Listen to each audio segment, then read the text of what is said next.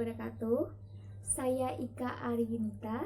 Saya mahasiswi dari Tadris Biologi UIN Antasari Banjarmasin yang tengah melaksanakan PPL 2 daring di SMAN 3 Murung di Puruk Caho. Di sini saya akan membuat video pembelajaran saya untuk praktik kedua. Halo anak-anak, apa kabar kalian semua? Tentunya baik bukan? Sebelum kita menyimak video pembelajaran pada hari ini, marilah kita berdoa menurut agama dan kepercayaan kita masing-masing. Berdoa dimulai. Berdoa selesai. Nah, sebelum kita belajar, Ibu akan presensi kalian pada aplikasi Zoom.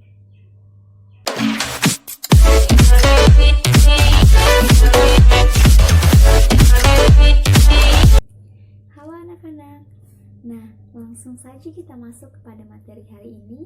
Ada yang tahu tentang apa?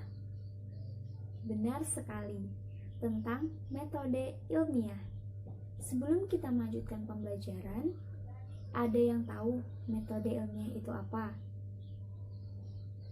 Benar sekali, metode ilmiah adalah penelitian yang dilakukan secara sistematis. Biasanya, di dalam metode ilmiah ini sendiri, dilaksanakan atau digunakan sikap-sikap ilmiah. Nah, langsung saja kita bahas apa saja sih sikap-sikap dan langkah-langkah ilmiah tersebut. Langkah-langkah metode ilmiah yang pertama yaitu pemilihan masalah dan studi pendahuluan. Di sini kita diwajibkan untuk melihat penelitian sebelumnya.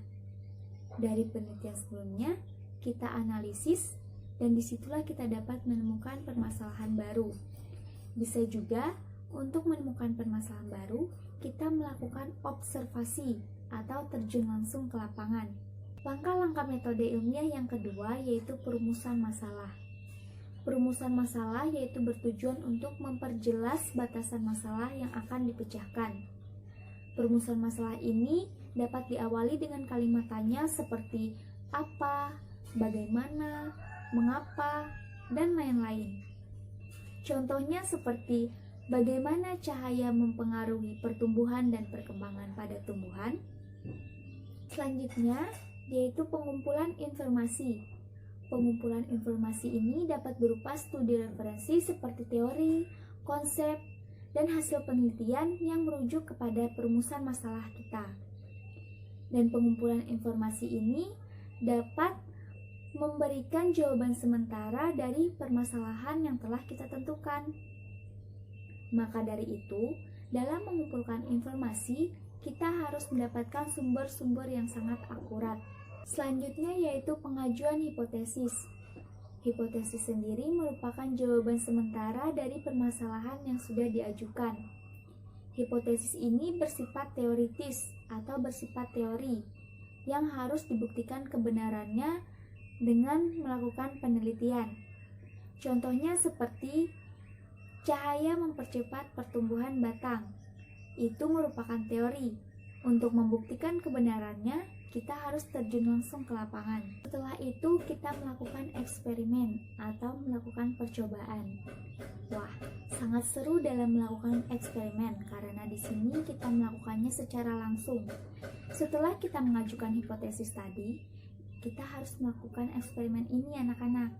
Nah, di dalam melakukan eksperimen, ada beberapa hal yang perlu dipersiapkan, seperti alat dan bahan, dan kelompok-kelompok dalam eksperimen. Selanjutnya yaitu analisis data.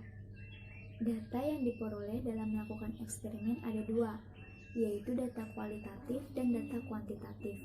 Data kuantitatif yaitu data yang berupa tabel, grafik, diagram, dan lain-lain. Sedangkan data-data tersebut dapat dibandingkan dengan teori, konsep, fakta, sehingga dapat dibuktikan kebenarannya. Langkah metode ilmiah yang terakhir yaitu pengambilan kesimpulan. Pengambilan kesimpulan ini ada dua kemungkinan.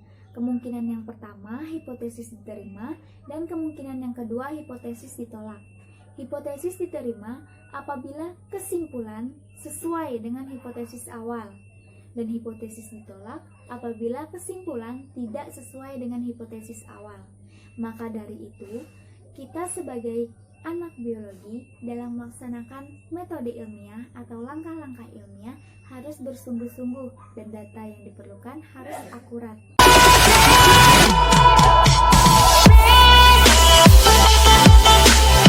Nah, anak-anak, untuk mengingat pelajaran yang telah Ibu berikan tadi tentang metode ilmiah, maka kita akan melaksanakan penelitian sederhana.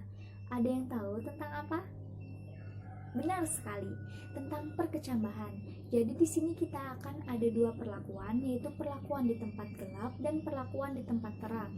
Jadi alat dan bahan yang perlu disediakan dalam melakukan penelitian ini yaitu yang pertama, ada 2 botol aqua. Terserah anak-anak mau pakai gelas aqua bisa, gelas pop ice bisa. Pokoknya yang terbuka seperti ini ya. Setelah itu ada bahannya kacang hijau. Nah, kacang hijau. Lalu ada kapas. Terserah kapas apa saja. Kapas modis bisa, yang untuk kecantikan. Pokoknya kapas seperti ini, kapas ya. Selanjutnya ada air. Nah, air. Langkah pertama dalam melakukan penelitian sederhana yaitu masukkan kapas ke dalam gelas aqua. Masukkan. Selanjutnya yang kedua, masukkan 5 biji kacang hijau.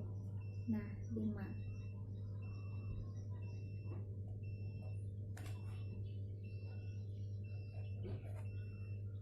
Sudah 5 biji kacang hijau.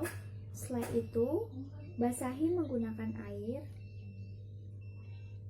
secukupnya saja sampai kapas dan kacang hijau tersebut dia basah. Tidak usah banyak-banyak airnya. Nah, lakukan untuk 2 perlakuan. Yang pertama, perlakuan di tempat terang, dan yang kedua, perlakuan di tempat gelap. Jadi, untuk di tempat gelap, usahakan tidak ada cahaya masuk. Tidak ada cahaya masuk. Lakukan penelitian ini selama seminggu, lalu setiap hari diukur menggunakan alat ukur, yaitu menggunakan penggaris. Cukup mudah bukan? Nah, anak-anak, mudah sekali bukan dalam melakukan penelitian sederhana? Penelitian tersebut dilakukan selama 1 minggu, jadi setiap hari kalian harus mengukur apabila ada akar, berapa kepanjangan akarnya, batangnya. Lakukan selama 1 minggu, dan setelah kalian melakukan selama 1 minggu, kalian membuat laporan praktikum. Nah, untuk laporan praktikum, formatnya nanti akan Ibu kirimkan ya. Baiklah anak-anak, sebelum Ibu menutup perjumpaan kita pada hari ini, Ibu akan menyimpulkan pembelajaran kita. Metode ilmiah merupakan penelitian yang dilakukan secara sistematis. Langkah-langkah dalam metode ilmiah itu sendiri yaitu yang pertama, pemilihan masalah dan studi pendahuluan. Yang kedua, perumusan masalah. Yang ketiga, pengumpulan informasi. Yang keempat, pengajuan hipotesis. Yang kelima, melakukan eksperimen. Yang keenam, analisis data. Dan yang terakhir, pengambilan kesimpulan. Nah, anak-anak, sebelum kita mengakhiri pelajaran kita hari ini, marilah kita berdoa menurut agama dan kepercayaan kita masing-masing. Berdoa dimulai. Berdoa selesai. Baiklah, akhir kata Ibu ucapkan wabillahi wal taufiq wal hidayah. Assalamualaikum warahmatullahi wabarakatuh.